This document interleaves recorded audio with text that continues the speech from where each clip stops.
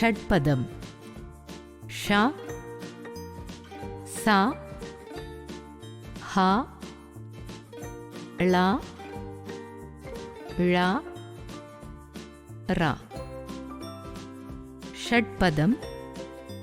സഞ്ചി, ഹംസം, വള, പഴം, പറ.